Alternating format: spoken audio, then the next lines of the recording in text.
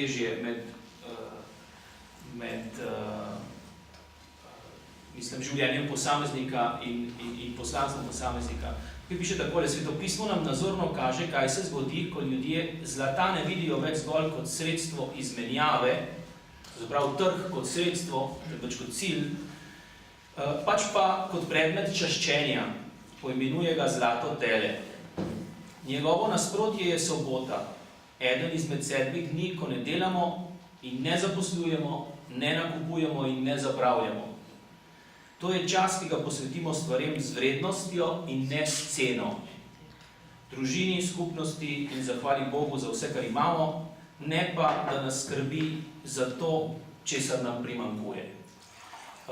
Tukaj so nekatere, to je eno izmed smernic, ki nam nekako, morda ne ravno na religiozni način pokaže, kako nazaj v neke osnove etično-moralne,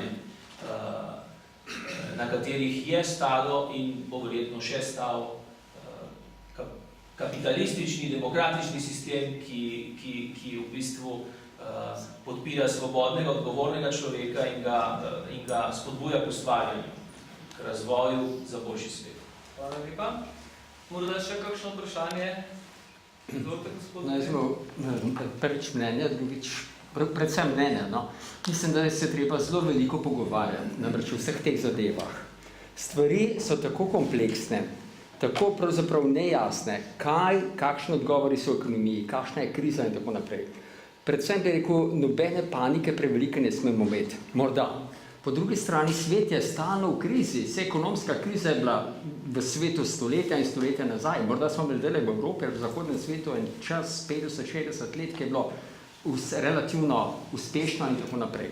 Druga stvar, vsa ekonomska rast, ki je danes pogoj, da sistem funkcionira, se je dej opešala in nas strašno skrbi. Ampak po drugi strani se lahko vprašamo, a je res model, ki zahteva stalno ekonomsko rast, pa naj bo sam 1%, pa 2%, ali je dolgoročno konsistenten. Namreč vsaka eksponencialna rast pride slej ko prej do zloma.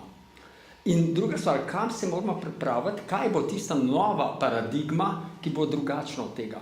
Ker prvič omejenost virov, vprašanje je 10 let, 100 let, 500 let, kakorkoli, ampak enkrat bo prišlo do tega zloma. Seveda kapitalizem, hvala Bogu, se inovira, odkritja, spremembe, tekmovalnost in tako naprej. In da je tudi ustvarja nove delovne mesta, tako se strinjam z Matejem, ampak vendar moramo misliti tudi omejenost virov in vprašanje eksponencialne rasti. In bomo mogli najbrž priti do tega, ker tudi ta rabin pravi, namreč, da bomo mogli omejiti delovni čas, zato da bomo manj delali, manj zaslužili, manj trošili, manj osnaževali, ampak mogli dobiti pa neko drugo pot. In to je to vprašanje, ki nas bo zadovoljevala, kje bo tista naša sreča. Če je naša sreča danes samo v shopping centrih in kaj imamo, ampak pa druga sreča bo, kaj smo. Kaj bomo postali. In kako, to je tisto, da je vzgojno ali ne vem kakšno vprašanje, kako spremeniti naše cilje, kaj merilo zadovoljstva. No? Samo to. Tukaj ima Pater zelo zanimivo misel. Sicer tudi benediktinski samostani so bili določeno trenutku najbogatejši centri blagostanja, blaginje v Evropi, vzgajali so pa menihe v skromnosti. Menihi so živeli v skromnosti. Razvijali so pa sistem okoli sebe, ki je bil izrazito vir žar blagostanja. Tam so se razvili prve v bistvu gospodarski projekti, pravzaprav. Ampak kdo je to razvijal? Skromni ljudje, v ravnotežju sami seboj. Sej tukaj ravno sam sebe daje kot primer, ko daje duhovnost s svojimi knjigami svetu, pravzaprav na nek način tudi bogati benediktinski samostan, ker te knjige pa so tudi tržno blago, tako da je to zanimivo. To se mi zdi zanimivo, pa prej, ko je gospod Kovač tudi o rasti govoril. Če gledamo res zgodovino benediktinskih samostanov, je permanentna rast, je permanentni razvoj, ampak na podlagi samoomejitve in na podlagi delitve doseženega z drugimi. Zato samostani potem tako rekoč postanejo središče najprej vasi, nadaljevanju trga, končno mest oziroma cele Evrope. Ne? Tako da te dve stvari mislim, da benediktinci v principu znajo dobro združevati. Samo omejitev, ki omogoča tudi razvoj in rast. Če ni te samo omejitve, potem razvoj in rast, ki postaneta sama sebi namen, vodita v prepad, po mojem, in v katastrofo. In tu je situacija, v kateri smo danes delno, in to je tudi njuna zelo jasna kritika in vedno več ljudi to vidi, da brez neke samo omejitve seveda stvari ne bodo šli vredo naprej. To je ključni pojem ali pa ključna beseda, ki jo tako Grünko kot Zeiss vidita kot vzrok in razlog za to, kar danes imenujemo gospodarsko krizo, pohleb. Če lahko dodam k temu še to, to se opaža nekako ne samo na gospodarskem področju, tudi recimo na področju visoke tehnologije, biotehnologije, moralnih vprašanj povezanih z biotehnologijo in tako dalje, kje so ta samoomejitev, vzgoja v samoomejitvi je verjetno ena ključnih izročil, ki jih lahko zapustimo svojim zanamcem, svojim otrokom, v tem smislu, da razumejo, da je nekje meja. Živeli smo morda res nekako malo naivno v nekem sistemu, ki nima meja. Sicer ima lahko rast, ampak nekje so meje tega sistema in teh se pa moram zavedati in to je moja odgovornost. To smo pa morda, predvsem v primerih Enron in drugih, opazili, da se je nekako zgubilo, predvsem v določenem sloju, lahko razmišljamo, ali so bile to borze, ali to borzni sistem, ki stalno terjal neke vedno višje donose, ki so bile pa, potem so se pa v določenem trenutku ločile od realnega sveta in povzročile balon, ki smo ga sicer že videli. Če smem morda še sam dodati, ker mi je ravno prišlo na misel ta pohlep. Pohlep vidimo pravzaprav danes tudi pri pretiranem poveličevanju telesa, športa, rekreativci gredo do meja in nikoli ni dovolj. In ravno zadnjič sem bral o tem, da pravzaprav morda se je potrebno nekje ustaviti in omejiti, oziroma samo omejiti tudi v tem pogledu.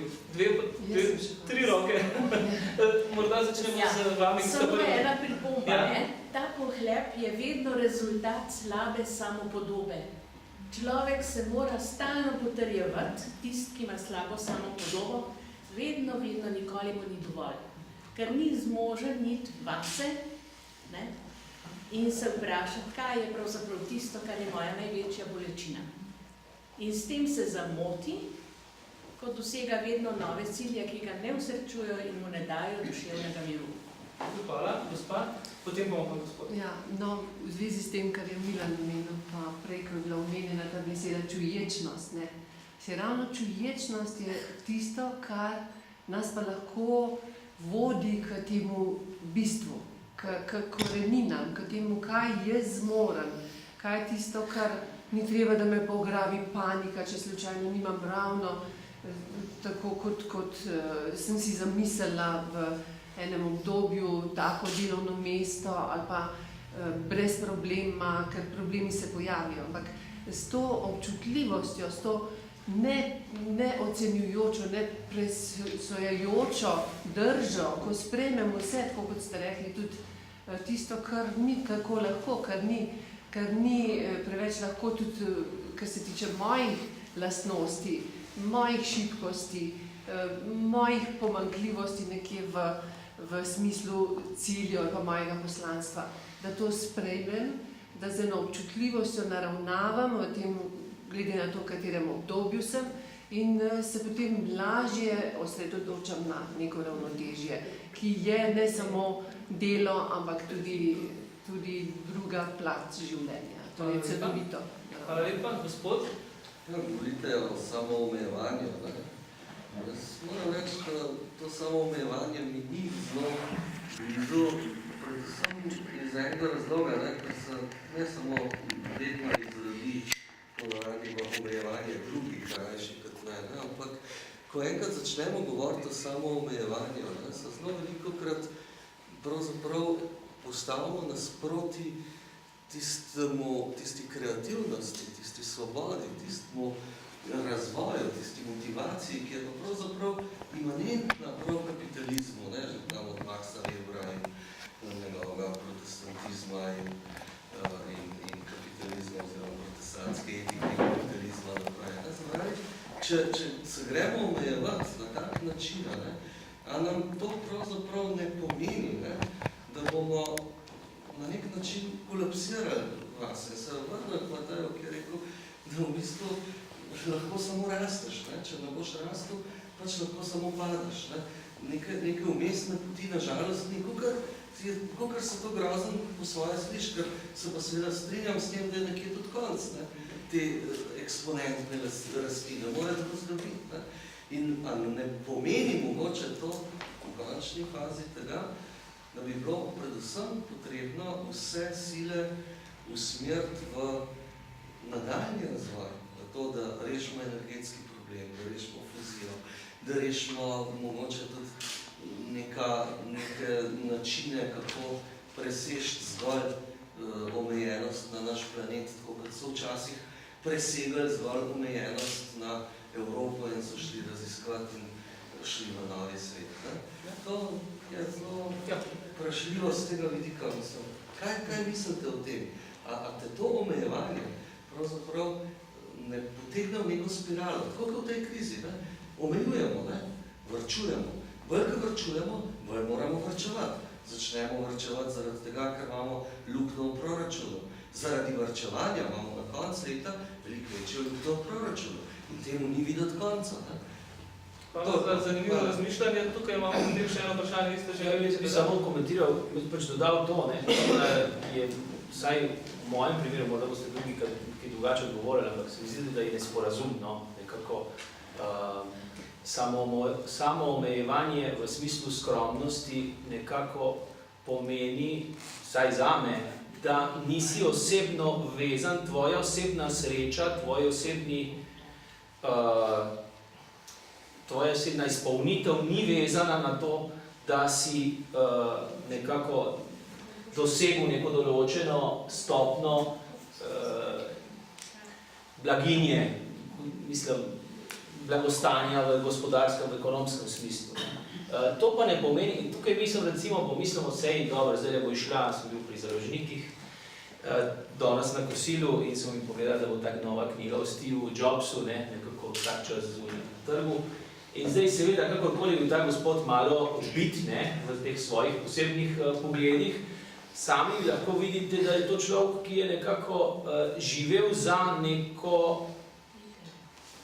nek cilj, neko preseganje meja v smislu kreativnosti, ki pa je do neke mere v odnosu do same blaginje, ki jo je ustvarjal nekako, ki je bila neverjetna, lahko celo razumljena kot asketska, mislim, tip je vedno v isti, mislim pa ne verjamem, da bi se on oblačil v črno, zato ker bi hotel dajati nek imidž. To je tudi možno, verjetno v tem svetu marketinga, ki je tako globoko izdelan, predvsem za najboljšo in najbolj cenjeno, recimo trenutno blagovno znamko na svetu.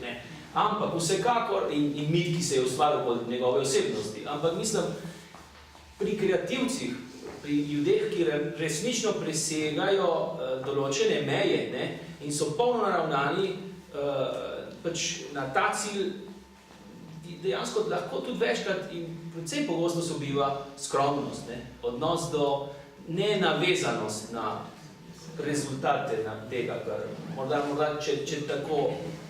Nisem pa mislil na to, da se zdaj naj se omejujemo, mislim, v svojih pričakovanjih, da presežemo svet, ki ga trenutno poznamo, da osvojimo nove svetove tudi na področju. Ta koncept je imenito na osebni ravni, ampak že na ravni vaše firme, iti v to, da je firma asketska in da gre, da je umaknjena od profita.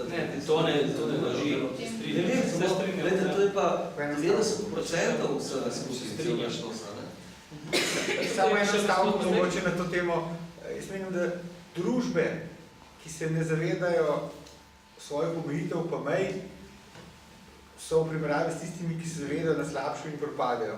Ampak družbe, ki pa nimajo posameznikov, ki so sposobni to mejo prebiti in nekaj tega narediti, pa prav tako začnejo zaostajati. Tukaj je ta napetost med posamičnim in skupnim, med individualističnim in kolektivnim. In pri nas, mislim, kar je rečemo nevarnost tudi za Slovenijo, ne, da smo družba, ki se ne zaveda omejitev, ne, in ki posameznikom ne pusti, da neke omejitve presežejo. Hvala. Samo da gremo po vrsti, ker je bila tukaj še gospodu Šturmu prej tudi na roka? Potem pa samo pri vas, potem pa še gospe. Če se lahko navežem na, ko sem že rekel, protestantski etiki, da bo to pohlepu, ne? Kaj ni problem kapitalizma trenutno ta, da nima nekega ravnovesja, nima protivteži dobre. Če po Webru, kapitalizem nekako zrasel skozi protestantizem in skozi to etiko, ki je bila nekako protivtež, ne? Se pravi, je dopolnjevala nekako in nadela ravnovesje vrednot. In zato je v bistvu ta sebičnost, recimo, nekako temelj kapitalizma, imela protivtež v drugih vrednotah, ki so bile močnejše in so bile na prvem mestu tudi. No, kasneje seveda, kako že rečemo, je bila konkurenca vzhodnega komunističnega bloka nekako protivtežna.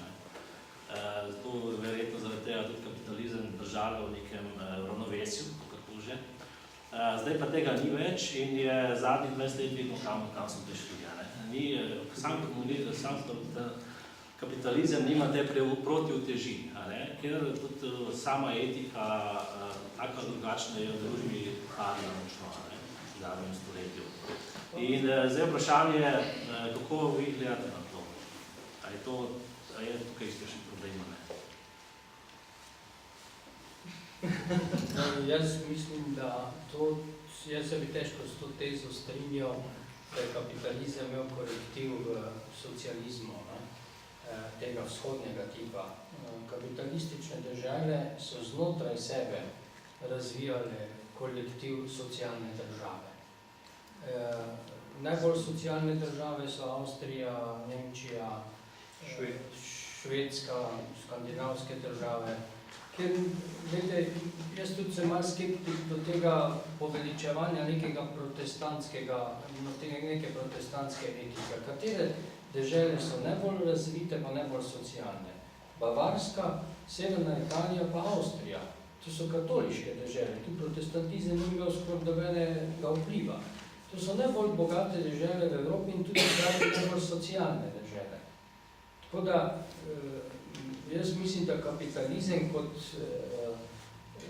neki divji kapitalizem seveda je že zdavnaj v tem okolju imel svoj socialni korektiv. Ja, drži, tudi Marksi, tudi socialistične ideje so vplivali na ta korektiv, ampak ne pa zaradi tega, da smo imeli neko sovjetsko zvezo in neke komunistične dežele, ki bi naj v tem smislu korigirale tako imenovani zahodni kapitalizem.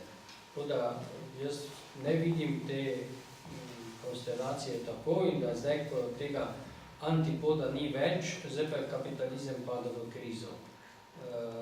Se ni ves kapitalističen svet v krizi.